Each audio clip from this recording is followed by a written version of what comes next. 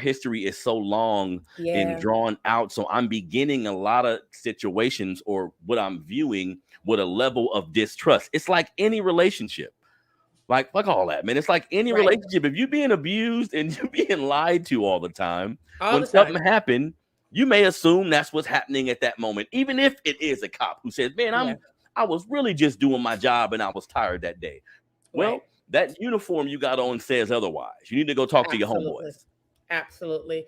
And let me also just say that, Los Angeles is one of a few cities here in California who, for the first time in the history of California, we're talking about since the 1800s, 1856, elected Black women mayors. And so now, on the watch of Karen Bass, she has to carry on her shoulders some maltreatment, some disrespect, from unprofessionalism from officers killing another Black body. And I just think that that's so unfair. Like, out the gate, you get sworn in and this is what you got to deal with. Out the gate, top of the year, new year, and this is what we dealing with 3 days into the new year.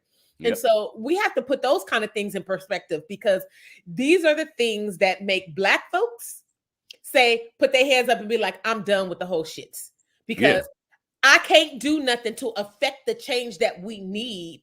And thank God that there are some of us who are just like, no, we're going to keep on beating down the door. We're going to beat down the door. But I get it so often when people are like, I'm tired of fighting this fight. I'm tired of generation after generation watching my grandparents, my parents, and now me, and now my children go through the same thing. Yeah. And then, like, speaking about the Black lady who's now the mayor of LA, sometimes Black politicians or Black elected officials, let's say they are on the right side of things, like they are for empowering Black folks. I spoke with the mayor here of Citrus Heights. Like, I make a joke that I didn't know Citrus Heights had a damn mayor, but this is a Black lady. And doing my show has helped me a lot, because I spoke with her and she said, look, I know what's going on with us is wrong, but I walk in a room and it's me and 7 white men. It's a little more, it's a little more difficult. I gotta convince them.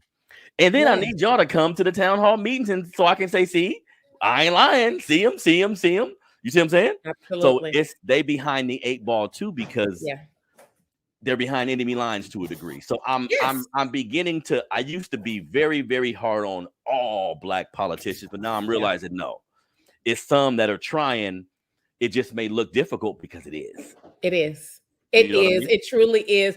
Sitting in the state capitol, this is, we are the 4th largest economy in the world. Sitting in our state capitol, going through the process of writing legislation, getting it passed, the people who are going to vote on it, and then for it to get watered down by all of the opposition that doesn't want to see progress happen in our state.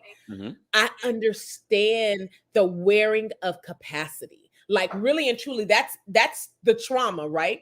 That we have to try to survive through, that Joy DeGruy always speaks of when she says post-traumatic slave syndrome. So anything since slavery, 1865, Black folks, generation after generation after generation, are carrying the epigenetic DNA of the past traumas that their ancestors had brought forth to them, and then compounded with the trauma that we're living and existing today. And so we can do something about that by hopefully lowering the incidences of trauma so that we don't carry it on to the next generation, because it's in our DNA now.